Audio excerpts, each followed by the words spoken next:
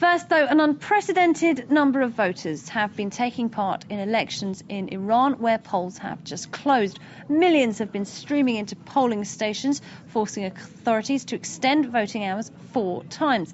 Well, the hardline President Mahmoud Ahmadinejad is facing a challenge from the reformist candidate Mir Hossein Mousavi. It's the closest race since the Islamic Revolution 30 years ago. Either candidate could win the first round should they secure 50% of the vote. Well, let's get the latest now with Borzou Daragahi, who's an LA Times correspondent in Tehran. Many thanks for joining us. It's said to be an extremely close race.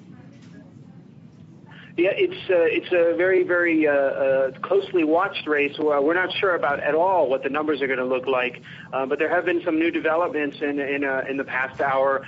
You have the moderate candidate holding a quick press conference before midnight and telling the world media that there's been some suspicious things that have happened during this election, and there's he kind of cast doubt on the process of counting the votes.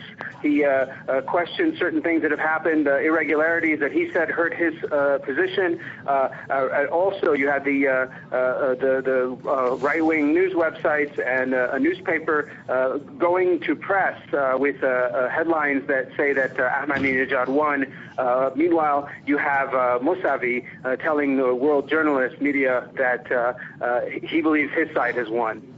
We've just actually, news just coming across the wire now. According to the local IRNA news agency, President Mahmoud Ahmadinejad has secured victory in the elections.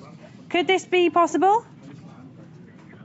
I mean, the official count hasn't been released yet. IRNA, the IRNA news agency, is the official news agency, but it's considered very politicized and very much under the control of Mahmoud Ahmadinejad.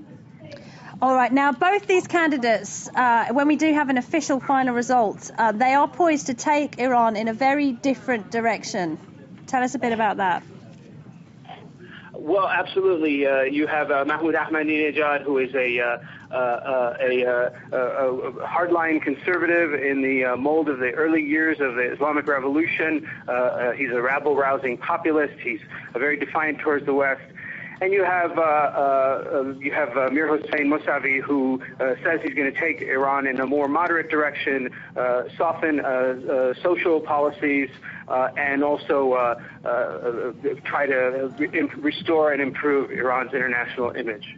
Now, a lot of Iranians stayed away from the polls in elections last time, and one complaint was that seeing as the country has a supreme leader in the shape of Ayatollah Khamenei, there's little point in voting for a president because he controls the country anyway. What's changed this time? The president is able to influence the direction of the country as well. It's a system that's run by elites, but it's run by consensus. And this is the one chance for ordinary people to voice the direction they would like the country to go in.